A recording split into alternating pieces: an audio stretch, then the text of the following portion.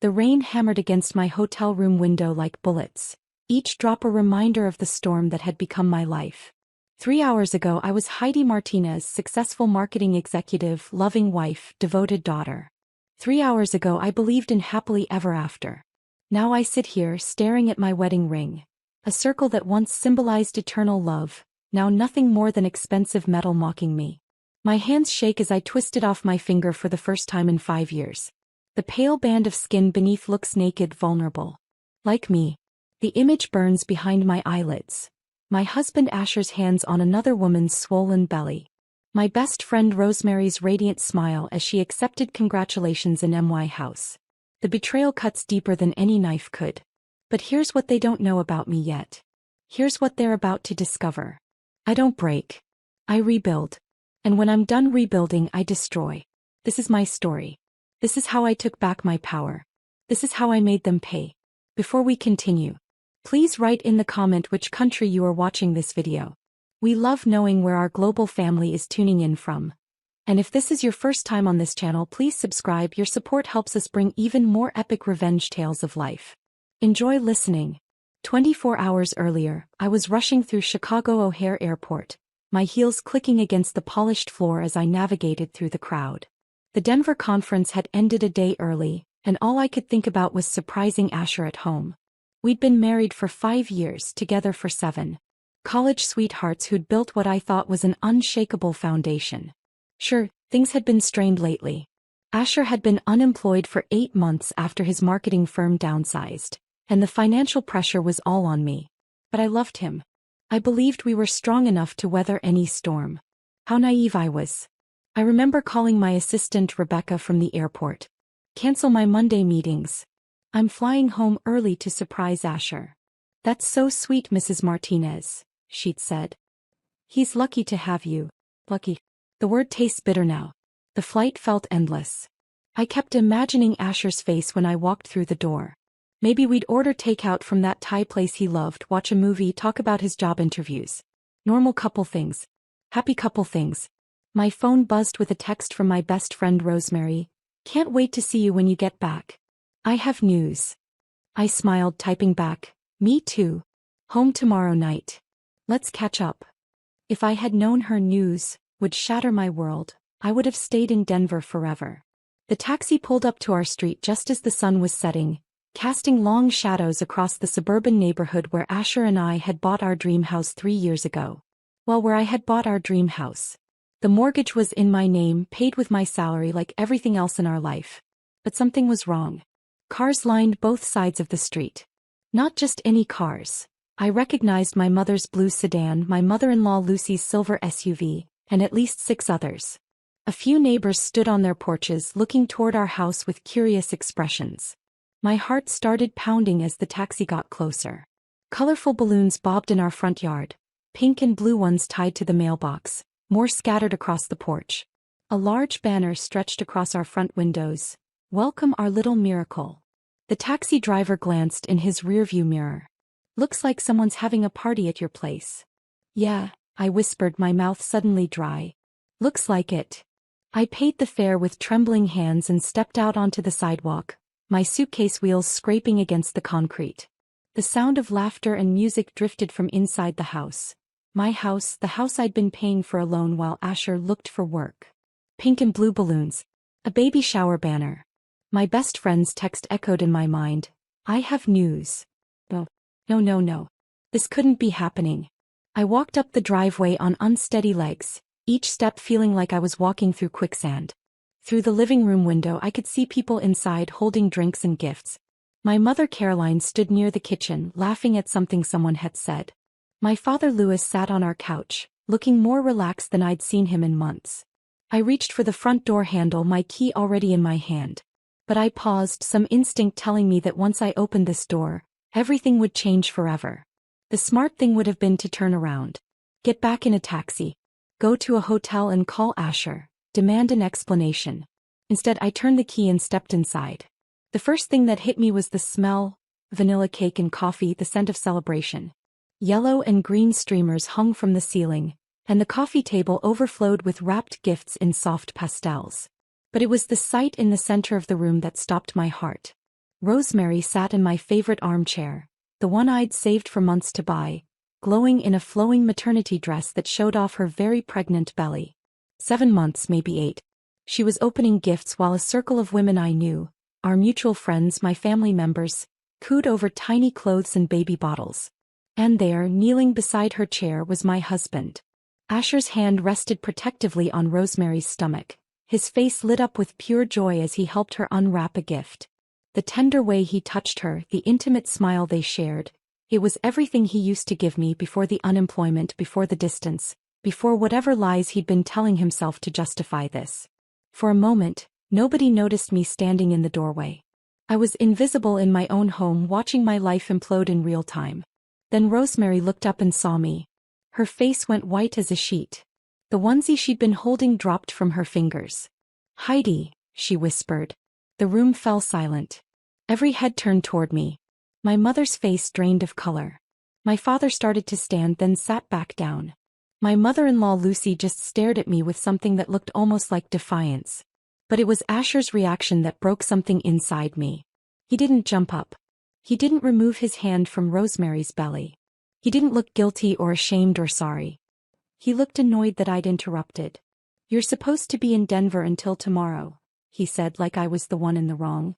I found my voice, though it came out as barely more than a whisper. "Surprise." The silence stretched on. Nobody moved. Nobody apologized. Nobody even had the decency to look embarrassed. Finally, my mother cleared her throat. "Heidi, sweetheart, maybe you should sit down. We can explain." Explain. The word exploded out of me. Explain how my husband got my best friend pregnant while I was working my ass off to support him? Explain how you're all here celebrating in my house like this is normal. Rosemary struggled to her feet, one hand on her back. "Heidi, please. It's not what you think." "It's not what I think?" I laughed, a sound so harsh it made several people flinch. "What I think is that you're 7 months pregnant with my husband's baby. What I think is that while I've been traveling for work to keep this household afloat, you two have been playing house behind my back. What I think is that my entire family knew about this and nobody thought to tell me." "We didn't want to hurt you," my father said quietly. "You didn't want to hurt me?" My voice was rising now, hysteria creeping in at the edges. "So instead you decided to let me find out by walking into a baby shower in my own home?" Asher finally stood up, but he positioned himself between me and Rosemary like he was protecting her. "From me. In my own house." "Heidi, you need to calm down," he said. "This isn't good for the baby." "The baby?" I stared at him in disbelief. "What about your wife? What about me?" "Things between us haven't been good for a long time," Asher said, his voice taking on that patronizing tone I'd grown to hate. "We both know that. Rose and I, we have something real. Something you and I lost." "Rose." He called her Rose, the pet name I'd used for her since college. I looked around the room at all these people I'd loved, trusted, supported. My mother, who I called every Sunday. My father, who I'd helped through his heart surgery last year. My mother-in-law, who I'd included in every holiday, every celebration. Our friends, who I'd hosted countless dinners for in this very house. Not one of them was looking at me with sympathy. They were looking at me like I was the problem. Like I was the one disrupting their perfect little celebration. "How long?" I asked, my voice deadly quiet now. Rosemary and Asher exchanged a look. "How long have you been sleeping together?" "Heidi," Rosemary started. "How long?" "A year," Asher said. "A year. While I was working 60-hour weeks to keep us afloat.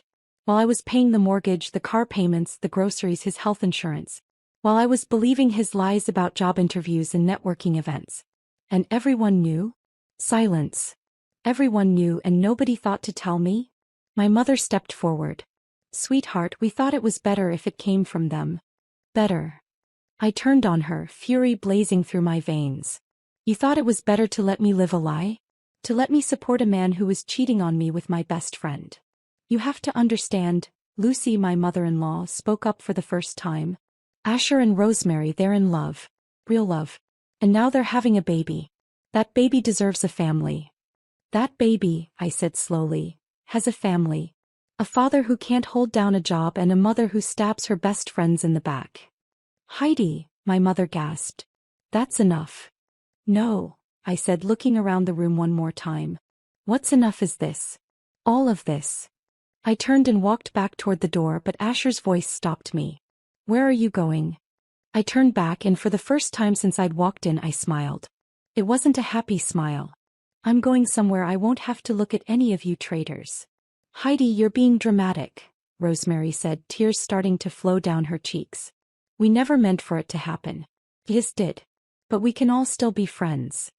I laughed again, that same harsh sound. Friends? You think we can be friends? The baby is going to need aunts and uncles, she pressed on. And Asher will always be in your life. We have to find a way to make this work. Oh, sweetheart, I said, my voice dripping with false sympathy. You have no idea what you've just done, do you? Something in my tone made her step back. You think this is about a baby?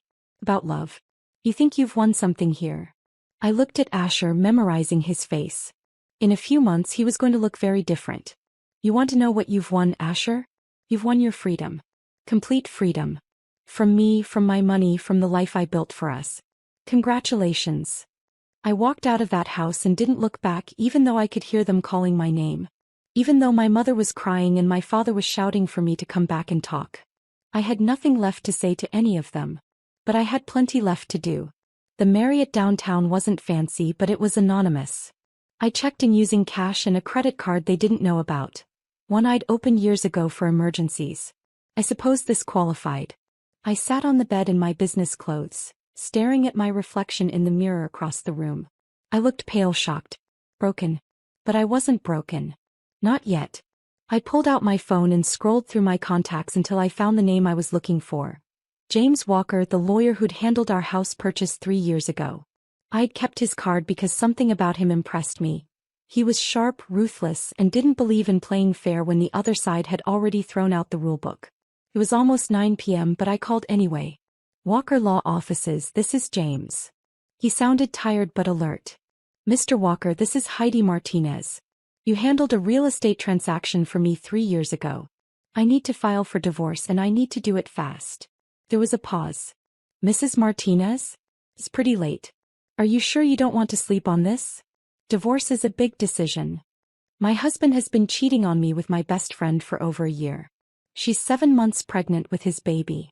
I just found out 3 hours ago at a surprise baby shower in my house. The house I pay for. Everyone I trusted knew about it and said nothing. Mr. Walker, I have never been more sure of anything in my life. Another pause. Can you be in my office first thing Monday morning? Can't we do something sooner? This weekend. Mrs. Martinez, I appreciate that you're upset, but... I'm not upset, I interrupted. I'm strategic. And right now I have the advantage of surprise. In 12 hours they're going to realize I'm serious about this and start taking precautions. I want to move while they're still thinking they can talk me out of it. A longer pause. Then, I'll meet you at my office at 8 a.m. tomorrow. Saturday. Bring every financial document you have. Thank you. Mrs. Martinez? Don't do anything rash tonight. Don't confront anyone, don't make any big financial moves. Let me handle this properly. I hung up without promising anything. Because I was absolutely about to make some big financial moves. I spent the rest of the night in that hotel room with my laptop, 3 cups of terrible coffee, and a growing sense of purpose that felt better than anything had in months. First, I logged into our joint bank account. Asher had access to it, but I was the primary account holder. I transferred every penny, $47,000, into my personal savings account. It was legally my money anyway. I'd earned every cent. Next, I called the automated line for our credit cards, all in my name since Asher's credit was terrible, and canceled them. Every single one. Then I called the mortgage company. Since the loan was in my name only, I had the right to make changes. I added a note to the account that all future communications should come to my office address only, and I requested that automatic payments be suspended immediately. By dawn, Asher's world was about to become very different. But I wasn't done. I called my office voicemail and left myself a message to contact HR first thing Monday about changing my emergency contact information and beneficiaries. I also made a note to call our insurance company about removing Asher from my health plan. Every safety net I'd built for him over 5 years of marriage was about to disappear. As the sun came up over the city, I felt something I hadn't felt in years. Power. Real power. The kind that comes from finally seeing clearly after months of living in a fog. My phone had been buzzing all night, calls and texts from Asher, from Rosemary, from my parents. I hadn't read any of them. But now I open the message thread. Asher, Heidi, where are you? We need to talk. Asher, you're being crazy about this. Come home. Asher, I know you're upset but you can't just disappear. Asher, seriously, where the hell are you? Mom, sweetheart, please call me. We love you. Dad, don't do anything you'll regret. Think about your family. Rosemary, Heidi, I'm so sorry. I never wanted you to find out like this. Please let me explain. Rosemary, the baby needs stability. We all need to figure out how to move forward together. I deleted every message without responding. At exactly 8 a.m., I was sitting in James Walker's office with a thick folder of financial documents and a yellow legal pad covered in notes. You've been busy, he said, reviewing my list. I'm just getting started. He looked at me over his reading glasses. Mrs. Martinez, I have to ask, are you sure you want to go scorched earth on this? Sometimes in cases like these, mediation can. Mr. Walker, I interrupted. Let me be very clear. My husband has been unemployed for 8 months. In that time I have paid our mortgage, our car payments, our insurance, our groceries, our utilities, everything. He has contributed nothing.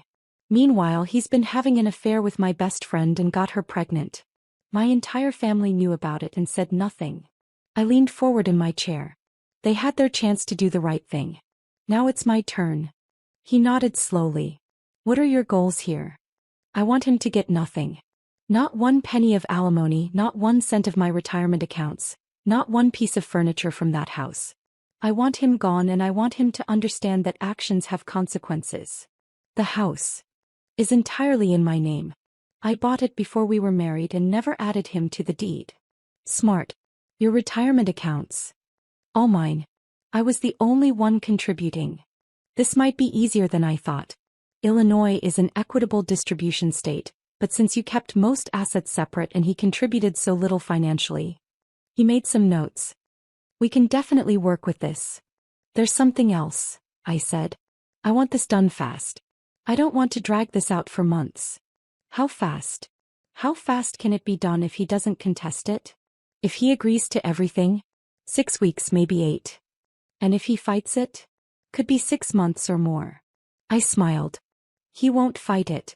Trust me. I didn't go home that weekend. Instead, I stayed in the hotel and had all my meals delivered.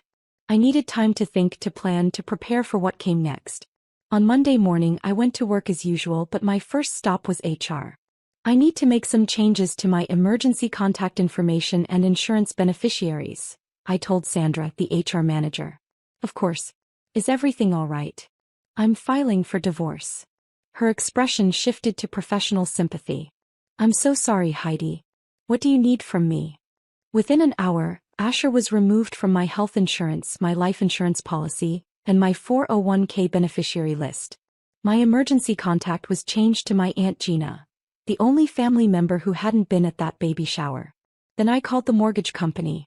I'd like to know what happens if I stop making payments on my mortgage, I told the customer service representative.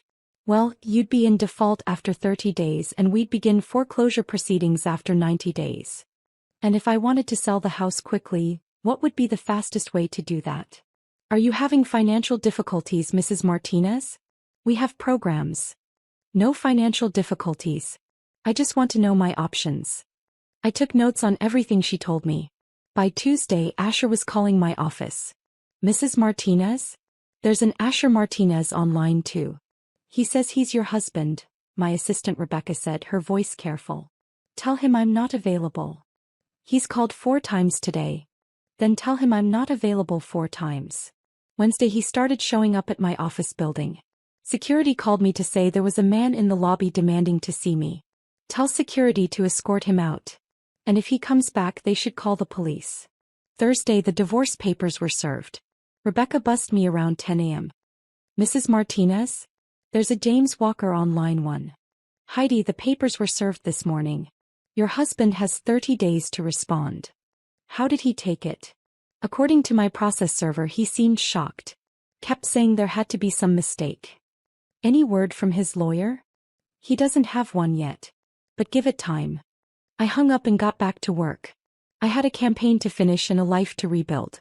By Friday I had my answer about whether Asher would fight the divorce. He was waiting in the parking garage when I left work. Heidi. He stepped out from behind a concrete pillar and I was struck by how terrible he looked. His hair was unwashed, his clothes wrinkled. There were dark circles under his eyes. Asher. I kept walking toward my car, keys already in my hand. We need to talk. We really don't. You can't just throw away 5 years of marriage without even having a conversation. I stopped and turned around. 5 years of marriage? When exactly were we married, Asher? Because for the past year it seems like you've been married to someone else. That's not fair. What's not fair is me working 60-hour weeks to support a man who was cheating on me. What's not fair is finding out about it at a baby shower in my own house. What's not fair is having my entire family know about your affair and not telling me. Look, I know how this looks. How this looks. I laughed. It looks like you've been screwing my best friend and got her pregnant. Because that's exactly what happened. It's more complicated than that. No, it really isn't. I started walking again, but he followed me. The baby's due in 2 months, he said. Rose needs support. I can't just abandon her. And I couldn't just abandon you when you lost your job. But here we are. That's different. Is it? I reached my car and turned around one more time. You made your choice, Asher. When you decided to cheat on me, when you decided to get another woman pregnant, when you decided to let everyone I love keep your secret, you made your choice. Now I'm making mine. You're really going to divorce me? I already am divorcing you. You've been served. You froze our accounts. I can't access any money. They weren't our accounts. They were my accounts.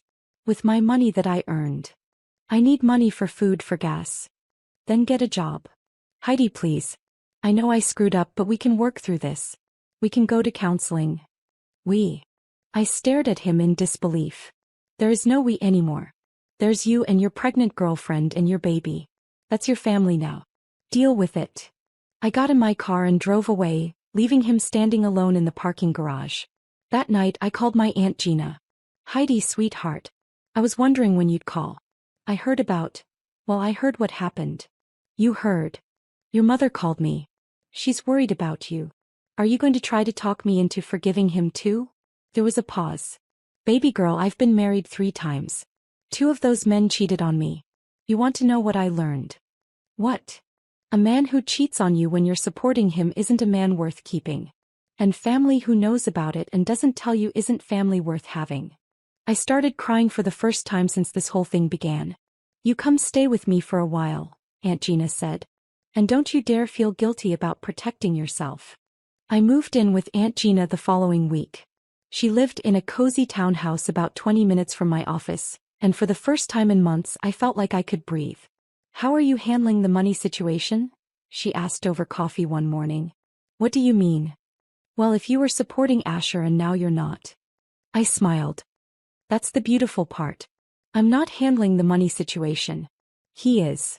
By the 3rd week after I'd served him papers, the reality of his situation was starting to sink in. I knew this because Rebecca had been fielding increasingly desperate calls from him. He called 6 times yesterday, she told me. He sounded pretty upset. What did he want? He wanted to know when you were going to stop this nonsense and come home. I told him you weren't available. And he asked if I knew where you were staying. I told him that wasn't my business to share. Good. What Asher didn't know yet was that I'd also called the mortgage company and requested a payoff quote. The house was worth about $180,000, and I owed $140,000. I could pay it off entirely and sell it, or I could let it go into foreclosure. Either way, he was going to be homeless soon. I decided to let him figure that out on his own. The first sign that reality was hitting came in the form of a call from my mother. Heidi, you have to stop this, she said without preamble when I answered the phone. Asher is falling apart. Good. That's a terrible thing to say. Is it? Because I think it's a terrible thing to cheat on your wife with her best friend. People make mistakes. Mom, if you called to lecture me about forgiveness, you can save your breath. I'm not interested. But what about Rosemary? She's 8 months pregnant now. The stress of all this isn't good for the baby. Then maybe she shouldn't have gotten pregnant by a married man. Heidi. No, Mom. You don't get to be shocked by my reaction. You were at that baby shower. You knew about the affair and you said nothing. You chose their side over mine. We never chose sides. You absolutely did. You chose to keep their secret. You chose to celebrate their baby in my house with my money paying for the roof over their heads. You chose everyone else over your own daughter. There was silence on the other end. I have nothing else to say to you, I said and hung up. But the calls kept coming. From my father, from Lucy, from mutual friends who thought I was being too harsh. Every single one of them seemed to think that because Rosemary was pregnant, I should somehow be okay with the betrayal. That I should swallow my hurt and anger and play the role of the gracious ex-wife who just wanted everyone to be happy. They were about to learn how wrong they were. 6 weeks after I'd filed for divorce, I got the call I'd been waiting for. Mrs. Martinez, this is Jennifer from First National Mortgage. I'm calling because your account is 90 days past due, and we need to discuss your options before we begin foreclosure proceedings. Actually, I'd like to discuss selling the house. Oh. Well, that changes things. Are you working with a realtor? Not yet, but I'm looking for someone who can move quickly. I can give you some referrals. I chose an agent who specialized in quick sales and told her I wanted the house on the market immediately. Price it to sell fast, I told her. I don't care about getting top dollar. What about your husband? Will he need to sign anything? The house is entirely in my name. He has no legal claim to it. Oh. Well, that makes things simpler. Within a week, there was a for sale sign in the front yard. That's when Asher finally called my office and demanded to speak to me. You can't sell the house, he shouted when I picked up the phone. I can and I am. Where am I supposed to live? That's not my problem anymore. I have nowhere to go. You have Rosemary. I'm sure she'll make room for you. She's living with her parents. There's no room for me there. I felt a spark of satisfaction at that. Then I guess you better figure something out. You can't do this. It's cruel. What's cruel is cheating on your wife. What's cruel is getting your wife's best friend pregnant. What's cruel is having everyone your wife loves and trusts lie to her face for over a year. I made a mistake. You made a choice. Now live with it. Heidi, please. I'm begging you. Don't do this. For just a moment I wavered. This was the man I'd loved for 7 years, the man I'd planned to grow old with. Hearing him beg was harder than I'd expected. But then I remembered the look on his face when I'd walked into that baby shower. The way he'd positioned himself between me and Rosemary like I was the threat. The way he'd called her Rose, with such tenderness while treating me like an inconvenience. You made your bed, Asher. Now lie in it. With your pregnant girlfriend. I hung up. 2 days later the house sold. The buyers were a young couple who could close in 3 weeks and they offered asking price. I used the proceeds to pay off the mortgage and the rest went into my savings account. I was now completely debt-free and had enough money to start over anywhere I wanted. But I wasn't leaving town yet. I wanted to watch the rest of this play out. 3 months after I'd filed for divorce, I ran into an old colleague at a coffee shop downtown. Maria had worked at Asher's old company before she moved to a different firm. Heidi. How are you? I heard about. She trailed off awkwardly. About my divorce. I'm great actually. Better than I've been in years. I'm glad. You deserve better than, well anyway. She paused. I don't know if I should tell you this, but I saw Asher last week. Oh. He applied for a job at my company. I was on the interview panel. I tried to look disinterested but I was dying to know more. How did it go? Maria grimaced. Not well. He looked terrible, like he hadn't slept in weeks. And when we asked about the gap in his employment he got defensive and started talking about how his vindictive ex-wife had ruined his life. I nearly choked on my lot. He said that in a job interview? Oh, it gets worse. When we asked for references he couldn't provide any recent ones because apparently he's burned bridges with most of his former colleagues. And when HR called to verify his last employment, they found out he'd been let go for poor performance, not downsizing like he'd claimed. Wow. Yeah. We passed on him pretty quickly. I felt bad but... He shrugged. We can't hire someone who badmouths his ex-wife in an interview. After Maria left, I sat in that coffee shop for another hour processing this information. Asher was sabotaging himself at every turn and he was blaming me for it. Perfect. That evening my phone rang. It was a number I didn't recognize. Hello. Heidi. It's me. Rosemary. I almost hung up but curiosity got the better of me. What do you want? I'm in the hospital. Despite everything, a spike of concern shot through me. What happened? Is the baby okay? The baby's fine. I'm fine. But... She started crying. Asher's not here. What do you mean he's not there? I went into early labor yesterday. I called him, but he didn't answer. I had to call my mom to drive me to the hospital. I frowned. Where was he? Job hunting apparently. But Heidi, he's been gone for 3 days. He said he had interviews in Milwaukee and might need to stay overnight, but that was Sunday. It's Wednesday. And... I think he's drinking again. What do you mean again? He used to have a problem in college. Before you two got serious. I thought he'd stopped, but lately... She sniffled. He's been coming back to my parents' house smelling like alcohol, and yesterday when I called him he sounded drunk. I should have felt satisfied. This was exactly the kind of karma I'd been hoping for. But instead I felt something I didn't expect. Pity. For her, not for him.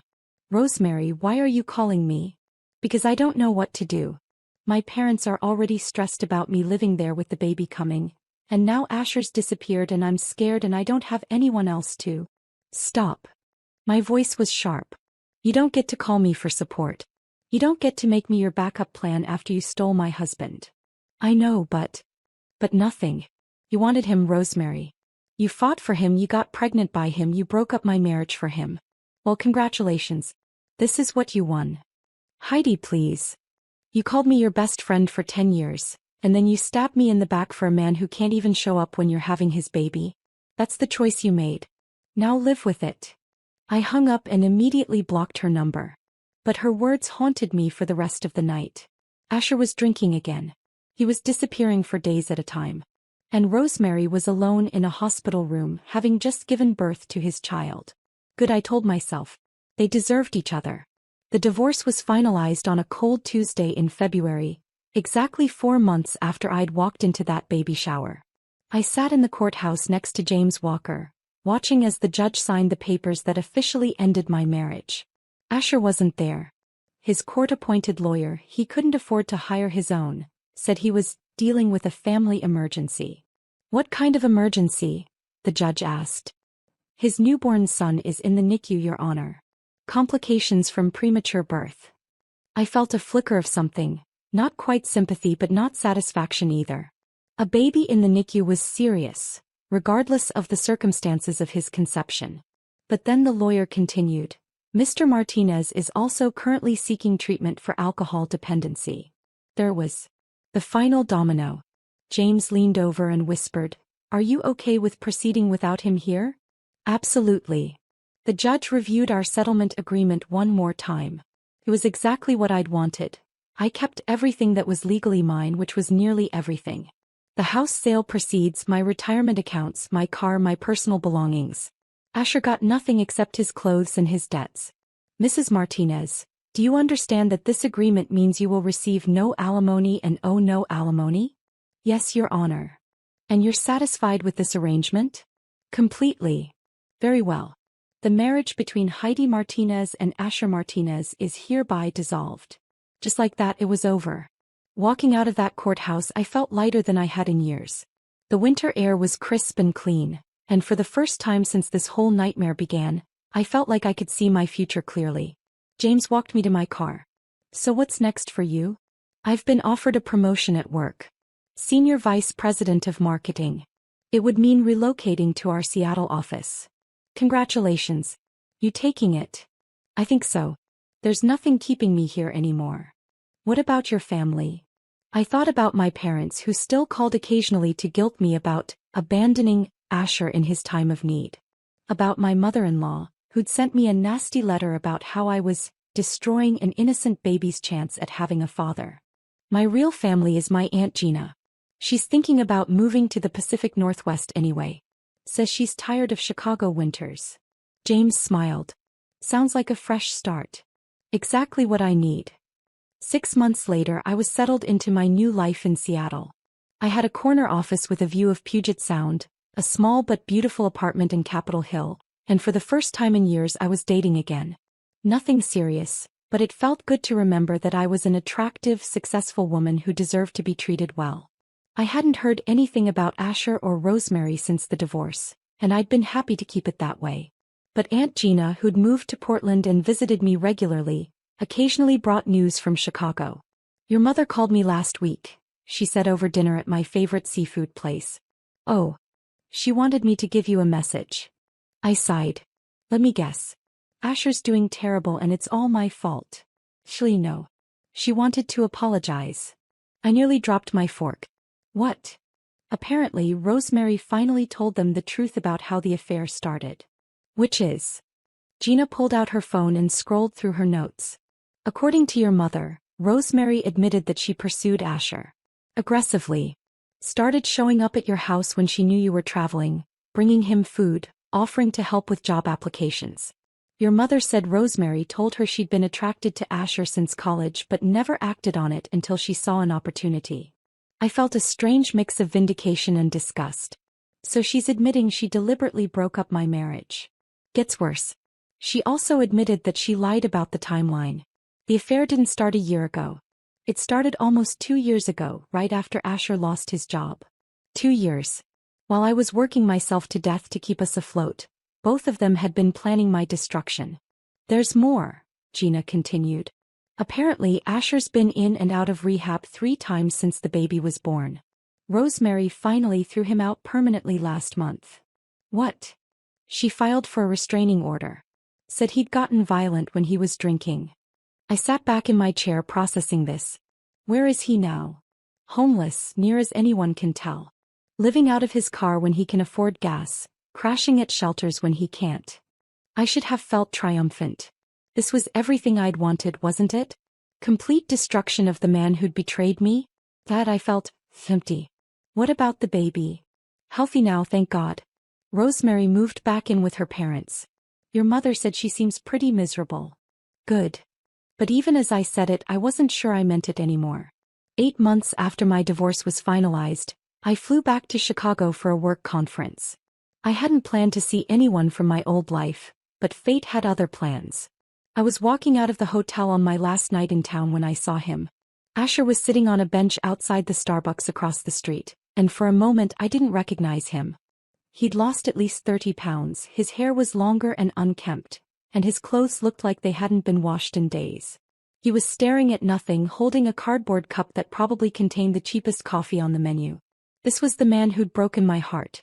The man I'd loved for 7 years. The man I'd supported and trusted and believed in. He looked like a ghost. I should have walked away. I should have gotten in my rental car and driven back to the airport without looking back. Instead, I found myself crossing the street. Asher.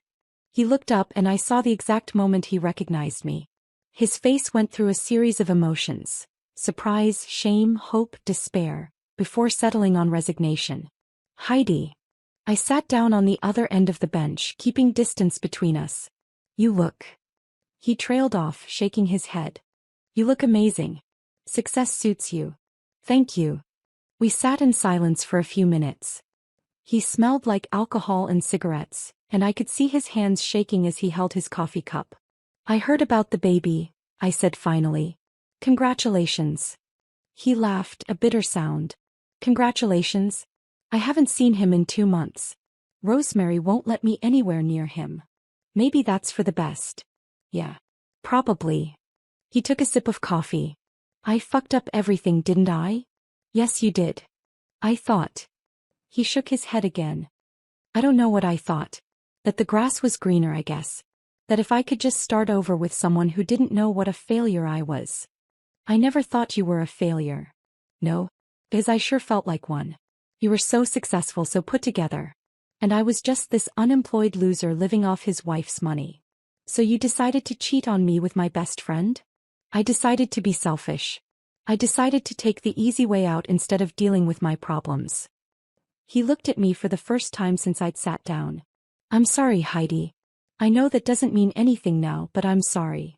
I studied his face, looking for signs of manipulation, of the charm he'd always been able to turn on when he needed something from me. But I didn't see any of that. I just saw a broken man who destroyed his life through his own choices. What happened to you, Asher? The drinking, I mean. Started right after you left. Couldn't deal with the guilt, couldn't deal with the stress, couldn't deal with the fact that I'd thrown away the best thing in my life for. He gestured vaguely. For nothing, it turns out. Rosemary wasn't nothing. Wasn't she? He loved the idea of me, maybe.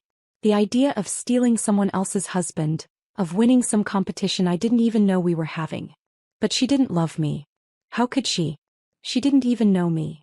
I thought about what Gina had told me about Rosemary pursuing him, about the lies they'd both told about when it started. She admitted that she came after you, I said. Yeah. Took her long enough. He rubbed his face with his free hand.